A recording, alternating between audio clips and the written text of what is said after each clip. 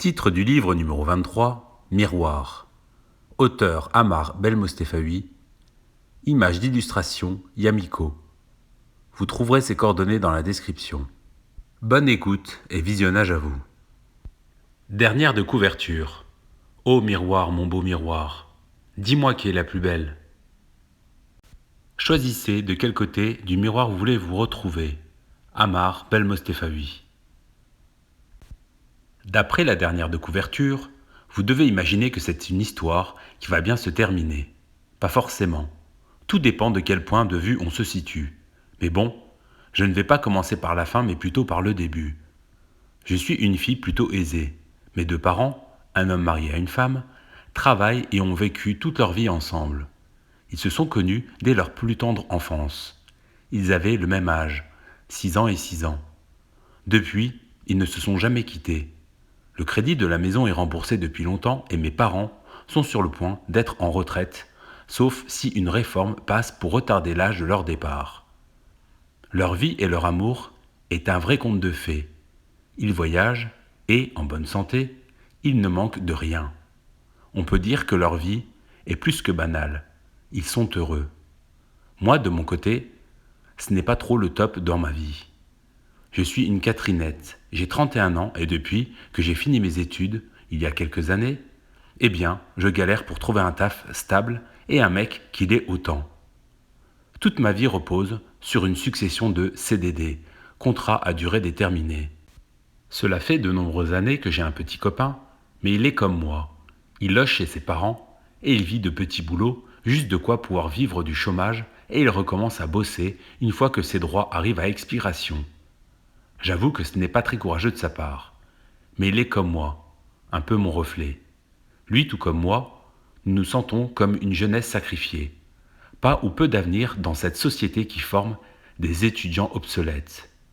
Mes parents se doutent que j'ai un copain, car ils doivent entendre mes conversations du soir que je peux avoir avec lui au téléphone jusqu'à très tard dans la nuit. Je ne leur ai jamais présenté et ils n'ont jamais cherché à le rencontrer de leur côté. Je ne peux pas vraiment dire que mon mec est ma moitié. Même si des fois je l'aime, le plus souvent il m'énerve. Il est instable comme moi, il me ressemble à ce niveau, limite du mimétisme. Je pense que vous voulez connaître son prénom, mais je ne vous le donnerai pas, car j'ai peur que des salopes lisent mon récit et qu'elles me piquent le peu que je possède. Même s'il est très attentionné avec moi, qu'il est trop gentil, ce n'est certainement pas mon âme sœur.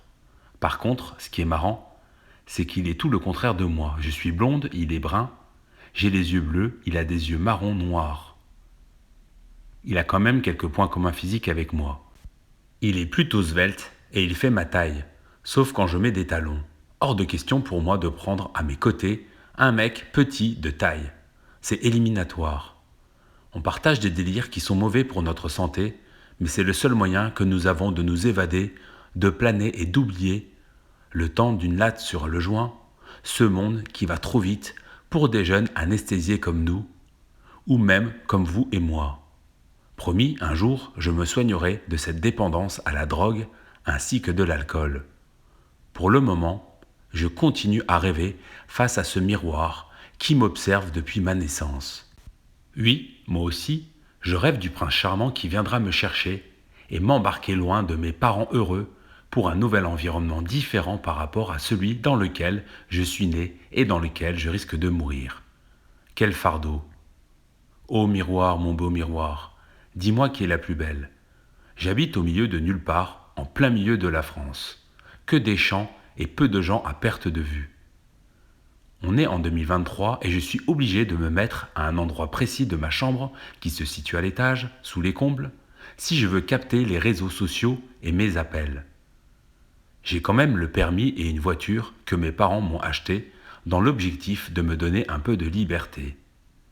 Notre maison est décorée de vieux meubles. La plupart de ces mobiliers anciens sont en chêne, ce qui ajoute de la morosité dans mon quotidien. Mon rêve serait de refaire la déco avec des meubles Ikea, apporter un coup de jeune dans cet habitat, mais pour cela, il faut de l'argent et faire 2 heures de route. Mon Dieu, je me sens seul malgré tout ce que je possède. Mes amis du village et ma famille ne me suffisent plus. J'ai besoin de plus, de 2 fois plus. Mes parents me couvrent et me couvrent de cadeaux. Ce serait vous mentir si je vous déclare que je manque de quoi que ce soit. Je suis leur fille unique et rares ont été les refus que j'ai essuyés de leur part quand j'ai fait mes caprices. J'aimerais tant que mes parents soient méchants avec moi, mais je n'ai aucun souvenir que cela soit arrivé un jour. Jamais. Je me regarde dans ce vieux miroir qui se trouve aussi, tout comme moi, sous les combles, dans ma chambre. Il y a des jours où je me trouve belle et des jours où je me trouve moche, horrible. Mon copain, face au miroir, trouve que j'exagère. Il dit que si je ne suis pas attirante, cela voudrait dire que lui aussi n'est pas beau. Lui trouve que j'ai des belles formes et que je devrais plus souvent les mettre en valeur. Il peut dire ce qu'il veut. Il ne sait pas ce que je ressens au fond de moi. J'ai un mal-être que je ne sais m'expliquer. Je manque de confiance en moi. Ô miroir, mon beau miroir, dis-moi qui est la plus belle. Mes parents tentent de me rassurer, mais n'ont jamais proposé de me ramener chez un psychologue, car j'ai peut-être un problème qui peut se soigner avec le temps. J'ai une sorte d'angoisse qui me traverse le corps, mais aussi l'esprit, et cela de manière récurrente. J'ai cette sensation depuis toujours, depuis que je suis né, mais impossible pour moi de placer des mots sur mes mots. Je pense que c'est mental. C'est comme s'il me manquait une partie de moi, une partie de mon cœur, la moitié de mes membres. Parfois je me sens vide, ou même trop pleine d'émotions. Je vais arrêter de vous parler de la sorte car sinon, je vais vous faire fuir et déprimer. Or, pour une fois que j'ai votre compagnie, je vais peut-être réussir à m'endormir en sentant votre présence à mes côtés. Juste une chose, je ne veux pas que vous ayez pitié de moi. Contrairement à ce que beaucoup de personnes pensent, je ne suis pas la seule personne à me sentir dans cet état. C'est du moins ce que je pense. Mon copain dit ressentir les mêmes choses que moi, car il se veut connecter à moi. Je pense trop et de plus en plus. Pour en revenir au miroir qui est dans ma chambre, il appartenait à mon arrière-grand-mère que je n'ai pas connue. Il est moche et mes copines ne comprennent pas pourquoi je garde cette chose horrible dans ma chambre. La réponse est pourtant simple. Il va très bien avec le restant de la décoration de cette maison de campagne.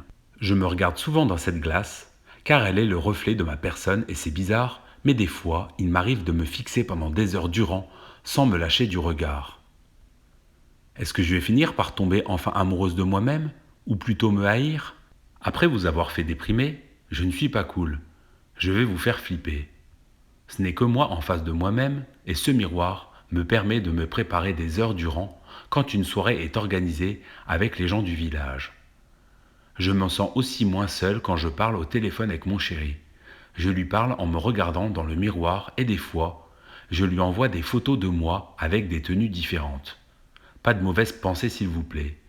Je suis une fille sérieuse sur ce genre de sujet, même s'il m'arrive de consommer des substances illicites. Je pense que fumer n'arrange pas les choses sur mon état mental, mais c'est un de mes seuls compagnons pendant mes moments de solitude, surtout pour tenir la semaine. Mes parents sont informés de mes comportements addictifs, mais ils pensent que j'arrêterai quand j'aurai un but dans ma vie. Ils sont très tolérants sur le sujet. Il y a pire à leurs yeux. Le principal est que je ne fasse pas de grosses bêtises, surtout pendant leur absence prolongée. Nous possédons un chat, mais jamais il ne s'approche de moi. Le seul moment où il vient à moi, c'est pour entrer dans ma chambre et faire une offrande à mon miroir. Il y pose devant une souris attrapée 5 minutes avant. Même le chat est bizarre dans cette maison. Si j'ai voulu écrire ce récit, c'est parce que depuis quelque temps, il se passe des choses troublantes dans cette maison. J'ai un peu peur. Je vous raconte. À plusieurs reprises, en plein milieu de la nuit, je me suis retrouvé debout, les yeux rivés face au miroir avec ma robe de chambre blanche ou rose. Quelle sensation particulière de se retrouver nez à nez avec soi-même et de se réveiller debout, les yeux ouverts, livides. J'ai sursauté à plusieurs reprises. Je pense que je dois être somnambule ou que je suis en train de devenir folle dans cette demeure que je déteste de plus en plus. Ce soir, il y a une fête prévue chez une copine. Son cousin sera présent. Comme je me suis prise la tête la veille, avec plus de 2 heures d'échange avec mon chéri au téléphone, j'ai décidé de ne pas le faire venir à cette soirée. Il doit sortir de ma tête le temps d'un soir. Comme à mon habitude, je me fais belle pour attirer l'attention des invités et pour me donner confiance. Peut-être que cette soirée m'amènera mon prince charmant. Arrivé à la soirée, tout le monde est présent. Il ne manquait que moi. Le cousin à ma copine n'arrête pas de me fixer. Je trouve cela amusant. Il n'hésite pas à me proposer un verre de vodka ou même de me faire fumer. Il ne me plaît pas plus que cela, mais pour moi, ce sera une sorte de tampon émotionnel, une vengeance par rapport à mon copain qui refusait de me parler la veille au soir car j'avais été trop agressive à son égard, limite violente verbalement. Il me dit souvent qu'une femme doit être douce, aimante, éviter les conflits toxiques et ne pas constamment être dans la contradiction. Mais moi, je suis comme cela et personne ne va me changer, surtout à mon âge. Je m'en moque de sa logique. Il ne me connaît pas. Mais moi, je le connais par cœur. Même tout le temps à mes côtés, je suis persuadé qu'il me trompe. Un jour, je trouverai une preuve, même ridicule, et je lui mettrai devant ses yeux. Quand on cherche les problèmes, on les trouve, mais quel sentiment de supériorité, même de courte durée, de le voir tenter de se justifier. Je sais comment le pousser à bout. C'est de cette manière que je fonctionne pour détruire mon bonheur et exprimer mon mal-être. Mon amour est conditionnel pour lui. Mon mépris est justifié par mon manque de confiance et de ses déviances probables à venir. Un jour, je risque de le perdre pour toujours, mais cela me procure des émotions pour le moment. Je finis donc la nuit aux côtés du cousin à ma copine. Ne me demandez pas son nom ou même son prénom. Je ne m'en rappelle plus et d'ailleurs, je ne sais même pas s'il me l'a dit. Nous oublions souvent de demander ce qui est le plus important à une personne, son prénom. L'égoïsme est à son paroxysme. On va limite vous demander ce que vous faites dans la vie avant même de connaître votre identité. Même vous, vous n'avez même pas cherché à connaître mon prénom depuis le début de ce récit. Vous vous en foutez complètement. Vous voulez juste savoir comment s'est passée ma soirée avec ce prince charmant d'un soir. Cela s'est plutôt bien passé avec le cousin de ma copine. J'étais sous l'emprise de la fumette et de l'alcool, mais je me suis senti détendu vivre pendant quelques minutes seulement. Oui, tout le monde n'a pas la chance de tomber sur un sportif qui aurait en plus de cela une bonne cervelle et une belle tête. En tout cas, cela n'a pas été mon cas. Tant pis pour moi. Ô miroir, mon beau miroir, dis-moi qui est la plus belle. Je me regarde et je me surprends à me caresser le ventre. Et si ma première fois était la bonne? Peut-être que je suis tombé enceinte de cet inconnu. Il faut que je me chasse cette idée de la tête. J'y perdrai mon petit copain qui me soutient à tout moment et qui est toujours disponible pour moi et surtout, quel avenir apporter à cet enfant à naître? Comment combler tous nos besoins matériels? On ne peut rien vous cacher et surtout à mes parents. Je suis en effet enceinte. Je me réveillais en pleine nuit, non pas pour faire face au miroir, mais pour vomir dans un seau. Mon petit copain, avec qui je me confie beaucoup, sait que quelque chose cloche en moi depuis quelque temps. Il sent que je m'éloigne petit à petit de lui, que je ne veux plus le voir ou communiquer. Il ne veut pas couper le cordon. Pour me soulager de tous mes malheurs, je me décharge sur lui. Il est responsable de mes problèmes, je suis une victime. Lui, il est mon bourreau. Je le pousse dans ses retranchements, mais il s'accroche de toutes ses forces à moi autant qu'il le peut. Il est dans tous ses états et tente de trouver une solution, une alternative à nous deux. Je lui reproche de ne pas assez se voir, de ne pas assez me soutenir, de ne pas être sérieux dans notre relation. J'ai même vu dans un TikTok qu'il aurait le profil d'un pervers narcissique. Lui, il se perd dans sa logique et moi dans mes émotions. Ces dernières continuent à prendre le dessus. Au bout d'un moment, je craque, je pleure. Je lui annonce que je suis enceinte et puis plus rien. Plus de contact avec lui du jour au lendemain. Il a disparu. Tel un fantôme, il est définitivement parti de ma vie. C'est du moins ce que je crois sur le coup de l'émotion. Mes parents sont stressés, anxieux depuis que je leur ai annoncé la nouvelle. Surtout ma mère qui me demande d'avorter. Je refuse et c'est mon droit. Ma mère ne cesse de parler de malédiction et quand mon père ou ma mère s'approche de moi, qu'il se montre agressif à mon sujet, le chat vient se poser sur mes genoux comme s'il voulait me protéger de ces personnes que je ne reconnais plus, que je n'avais jamais vues dans un tel état auparavant. C'est moi qui devrais être en stress et pas eux. Ô miroir, mon beau miroir, dis-moi qui est la plus belle. Je me regarde de face et de profil dans le miroir tous les soirs et je pense à mon amour inconditionnel pour mon enfant à naître. Je l'aimerai de tout mon cœur et, étant ma chair et mon sang, je lui pardonnerai toutes ses erreurs à venir, qu'elles soient pardonnables ou pas. Après tout, nous ne faisons qu'un, lui et moi. D'ailleurs, est-ce que ce sera un garçon ou une fille? Je vais le savoir très prochainement, car je me rapproche des 9 mois de grossesse. Il est tard, ce soir je ne dors pas, encore une fois. Je suis accompagné du chat qui me fixe du regard et qui me fait comprendre de le suivre, de passer de l'autre côté du miroir pour rejoindre quelqu'un. Est-ce réel ou est-ce que je rêve? Je crois halluciner en le voyant passer à travers son propre reflet du miroir. Mais c'est ce que je finis par faire, sans hésitation, je suis le chat, je traverse ce miroir. Et là, trou noir. Je finis par me réveiller à l'hôpital, à la maternité. J'ai perdu les os et je ne peux accoucher à la maison comme le voulaient mes parents, car quelque chose ne va pas et le médecin de famille ne voulait pas prendre de risque de me voir perdre le bébé et ma vie. Mon accouchement se réalisera en moins de 12 heures, avec pour résultat 2 jumeaux, 2 nouveau-nés, un garçon et une fille. Suite au stress de mes parents, j'ai tenu à les tenir écartés de mon accouchement. Idem pour le médecin de famille. Ce dernier finira par me rendre visite après mon accouchement en me disant que mes parents avaient peur que la malédiction s'abatte sur moi. En effet, j'ai eu un frère jumeau, moi aussi, mais il est mort-né. Mes parents n'ont jamais voulu me dire ce secret de famille car à leurs yeux, cela n'avait pas d'importance. À l'annonce de cette information, je finis par m'évanouir. Ô miroir, mon beau miroir, dis-moi qui est la plus belle. Je me réveille quelques heures plus tard et je comprends une chose. Mon copain n'a jamais existé, mis à part dans mon esprit, dans ma tête et dans mon cœur. C'était mon âme sœur, ma moitié, ma chair, mon sang, mon frère. Contrairement à ce que vous avez tous pensé, je n'étais pas folle. C'est mon frère mort-né qui me manquait depuis tout ce temps. C'est avec son esprit que je communiquais tous les soirs derrière le miroir. Cette personne qui prenait soin de moi et que j'ai voulu à tout prix rejeter n'était que mon frère jumeau qui tentait de rester à mes côtés à travers ce miroir.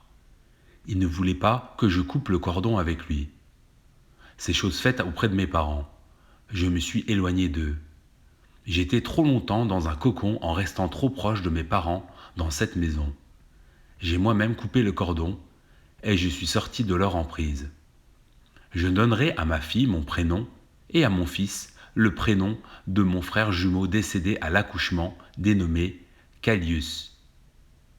Son esprit était resté enfermé dans ce miroir, mais je l'ai rejoint pour enfin nous réunir de nouveau. J'ai quitté mes parents, ma région, je me suis donc éloigné de cette maison accompagné de mes 2 enfants, en ne prenant avec moi que mon chat et ce miroir qui m'a permis de communiquer avec mon jumeau pendant des années durant. Je n'ai rien embarqué de plus. Même si je suis une mère célibataire, avec 2 enfants à charge, je suis enfin épanouie et mon job de décoratrice d'intérieur me passionne. J'ai en effet aussi travaillé sur mon moi intérieur, mon moi profond. Ce métier me va à la perfection. Peut-être qu'un jour, vous aussi, vous devrez passer de l'autre côté du miroir comme Alice. Mais cela est une autre histoire, c'est votre histoire.